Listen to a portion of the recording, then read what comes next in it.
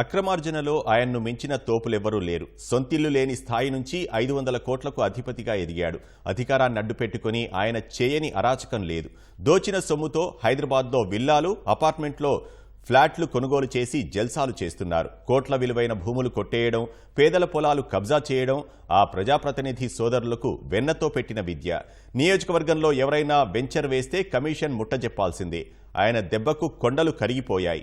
చివరకు పేదలు తినే రాయితీ బియ్యాన్ని సైతం ఆ సోదరులు వదిలిపెట్టలేదు.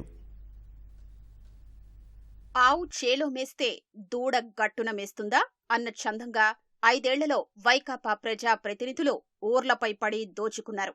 గత ఎన్నికలకు ముందు సొంతిల్లు కూడా అమ్ముకొని రాజకీయం చేస్తున్నామంటూ బీద అరుపులు అరిచిన ఉమ్మడి అనంతపురం జిల్లాకు చెందిన ఓ ప్రజా ప్రతినిధి ఇప్పుడు ఏకంగా 500 కోట్లకు అధిపతయ్యాడు. అక్రమార్జనలో ఆయనకు మించిన తోపు లేడని జిల్లాలో చెప్పుకుంటున్నారు. భూ కబ్జాలు, రియల్ ఎస్టేట్ దందాలు మొదలుకొని ఎర్రమట్టి, పేదల బియ్యం వరకు దేన్ని వదల్లేదు. అక్రమ సంపాదన మొదలుపెట్టిన అనతి కాలంలోనే హైదరాబాద్లో సుమారు 14 కోట్లతో విల్లా, 5 కోట్ల విలువైన అపార్ట్మెంట్, 4 కోట్ల విలువైన మరో ఇల్లు కొనుగోలు చేశారు. జీవనోపాధికి ఉన్న పొలాలు అమ్ముకున్నామని చెప్పుకున్న ఆ ప్రజా ప్రతినిధి కుటుంబానికి ఇప్పుడు కర్ణాటక, విజయవాడ, విశాఖలో 100 కోట్ల విలువైన భూములున్నాయి. ఇవి చాలవన్నట్లు పేదలకు ఇచ్చిన అసైన్డ్ భూముల్ని సైతం చెరబట్టారు. పరిశ్రమల్ని సైతం కమిషన్ల కోసం వేధించి రాష్ట్రం నుంచి తరిమేశారు. అనంతపురం గ్రామీణ పరిధిలో స్థిరాస్తి వ్యాపారం చెయ్యాలంటే సదరు ప్రజా ప్రతినిధికి ముడుపు చెల్లించాల్సిందే. విల్లాలంటే ఎంతో మోజున్న ఆ నేతకు అన్ని వసతులున్న ఒక విల్లాతో పాటు ఎకరాకు 10 లక్షల రూపాయలు సమర్పించుకోవాల్సిందే. రాప్తాడు, కనగానపల్లి, చెన్నై కొత్తపల్లి మండలాల మీదుగా జాతీయ రహదారి వెళుతుండటంతో అక్కడి భూములకు ఒక్కసారిగా విలువ పెరిగింది. దాంతో ఒక్క రాప్తాడు పరిధిలోనే 500కు పైగా అనధికారిక వెంచర్లు వెలిశాయి. వీటి నుంచి వారు దాదాపు 50 కోట్లకు పైగా వసూలు చేసినట్లు సమాచారం. బెంగళూరు జాతీయ రహదారిని ఆనుకుని ఓ స్థిరాస్తి వ్యాపారి విలాసవంతమైన విల్లాలు నిర్మించారు. వైకాపా ప్రజా ప్రతినిధి సోదరుడు వేధించి వెంటపడి 2 కోట్ల విలువైన విల్లా రాయించేసుకున్నారు. అనంతపురం సమీపంలో ఓ ప్రముఖ నిర్మాణ సంస్థ విలాసవంతమైన విల్లాలు నిర్మిస్తుండటంతో ప్రజా ప్రతినిధి కుటుంబం కన్ను ఆ విల్లాలపై పడింది. వారిని బెదిరించి హైదరాబాద్లో 14 కోట్ల విలువైన విల్లాను వారి పేరిట రాయించేసుకున్నారు. ఆ నియోజకవర్గంలో భూముల క్రయ విక్రయాలన్నీ ఆ ప్రజా ప్రతినిధి కుటుంబం కనుసన్నల్లోనే జరగాలి. లేదంటే వారే వివాదాలు సృష్టించి వసూళ్లకు పాల్పడుతుంటారు. నకిలీ పట్టాలతో మొత్తం భూమిని కాజేస్తారు. చెన్నై కొత్తపల్లి మండలంలో ఓ పేద కుటుంబానికి చెందిన అసైన్డ్ భూమిపై సదరు నేత సోదరుడి కన్నుపడింది. రైతు ప్రతిఘటించడంతో ఆయన పొలంలో మామిడి చెట్లు నరికివేయించారు. ఆ తరువాత ఆ భూమి ప్రభుత్వం మరొకరికి కేటాయించిందంటూ దొంగ పత్రాలతో దౌర్జన్యానికి దిగారు.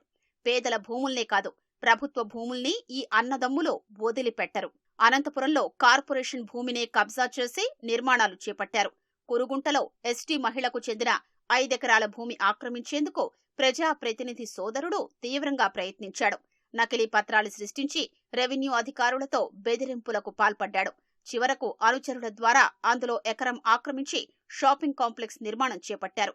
బాధితురాలు కోర్టును ఆశ్రయించి స్టే తెచ్చుకున్నా వారి అరాచకాలు ఆగలేదు.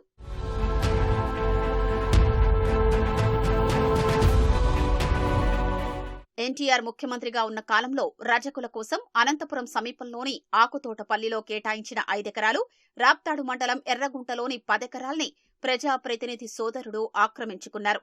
వీటి విలువ సుమారు 10 కోట్ల వరకు ఉంటుంది. ఉప్పరపల్లిలో రైతుల పేరిట 3 కోట్ల విలువైన భూములు కాజేశారు. గత ప్రభుత్వం ఆటోనగర్కు 58 ఎకరాలు కేటాయించింది. ఆ భూమిలో ఓ 5 ఎకరాలపై కన్నేసిన ప్రజా ప్రతినిధి కుటుంబం ఆటోనగర్కు 27 ఎకరాలు మాత్రమే కేటాయించారని, మిగిలిన భూమిని స్వాధీనం చేసుకోవాలని రెవెన్యూ అధికారిపై ఒత్తిడి తెచ్చారు. రికార్డులు పక్కాగా ఉండడంతో అధికారులు ఒప్పుకోలేదు. శ్రీకృష్ణదేవరాయ వర్సిటీ భూములపైన కన్నీగా విషయం పత్రికల్లో రావడంతో వెనక్కి తగ్గారు. పేదలకు ప్రభుత్వమిచ్చే రేషన్ బియ్యాన్ని సదరు ప్రజా ప్రతినిధి సోదరులు వదల్లేదు. నియోజకవర్గ వ్యాప్తంగా రేషన్ బియ్యం సేకరించి కర్ణాటక రైస్ మిల్లులకు అమ్ముకుని కోట్ల రూపాయలు వెనకేసుకున్నారు. దీని ద్వారానే నెలకు 30 లక్షల వరకు ఆ కుటుంబం సంపాదిస్తోంది. రాప్తాడు నియోజకవర్గంలో కొండలు, గుట్టలు ఈ అన్నదమ్ముల దెబ్బకు కనుమరుగయ్యాయి. లేఅవుట్లకు ఎర్రమట్టిని అమ్ముకుని కోట్లు దండుకున్నారు. ఒక్క ఎర్రమట్టి రూపంలోనే రోజుకు 5 లక్షల ఆదాయం వీరి కుటుంబానికి వస్తుందంటే వీరు ఎంత తోపులో అర్థం చేసుకోవచ్చు. పెన్నా నది నుంచి ఇతర రాష్ట్రాలకు ఇసుక అక్రమంగా తరలించి పెద్ద ఎత్తున డబ్బు వసూలు చేస్తున్నారు.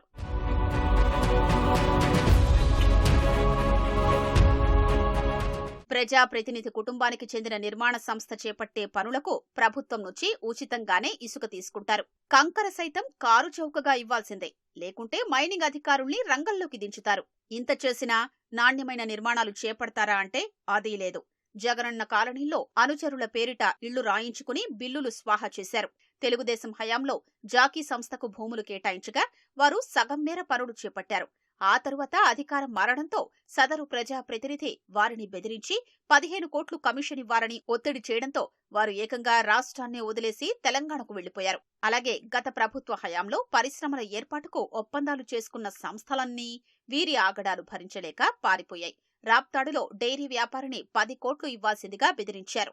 వారు అంగీకరించకపోవడంతో ఆ సంస్థ కొన్న భూములు తమవేనంటూ కొందరు రైతులతో ధర్నా చేయించారు. దీంతో వారు 6 కోట్లకు బేరం కుదుర్చుకున్నారు.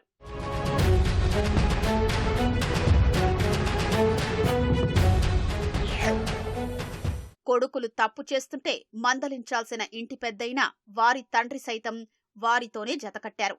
ఆత్మకూరు, కనకానపల్లి, రాప్తాడు మండలాల్లో భూ వివాదాల్లో తలదూర్చి కోట్ల రూపాయలు కమిషన్ నొక్కేశారు. రిజిస్ట్రేషన్ కార్యాలయాల్లో మనుషుల్ని పెట్టి దందా చేస్తున్నారు. సహకార బ్యాంకుల ద్వారా రైతులకిచ్చే రుణాల్లోనూ కమిషన్లు దండుకుంటున్నారు. మిగిలిన కుటుంబ సభ్యులు సైతం అక్రమార్జనలో తలో చేయి వేస్తున్నారు. శ్రీకృష్ణదేవరాయ వర్సిటీలో అవుట్సోర్సింగ్ ఉద్యోగాల్ని అమ్మేసుకున్నారు. ఉపాధి హామీ పథకంలో ఫీల్డ్ అసిస్టెంట్ల నుంచి వసూళ్లకు పాల్పడుతున్నారు. సాగు చేయకున్నా పండ్ల తోటలు వేసినట్లు చూపడం, చేయని పనులకు బిల్లులు చేయించడంలో మునిగి తేలారు. డైరీ పేరిట భారీ అవినీతికి పాల్పడ్డారు. 10,000 మంది మహిళల్ని నమ్మించి ఒక్కొక్కరి నుంచి 10,000 చొప్పున వసూలు చేశారు. రైతులు తిరగబడ్డంతో వసూలు చేసిన సొమ్మును వెనక్కిచ్చేశారు. ఆ సొమ్ముకు వడ్డీ రూపంలో వచ్చిన 3 కోట్లు వెనకేసుకున్నారు.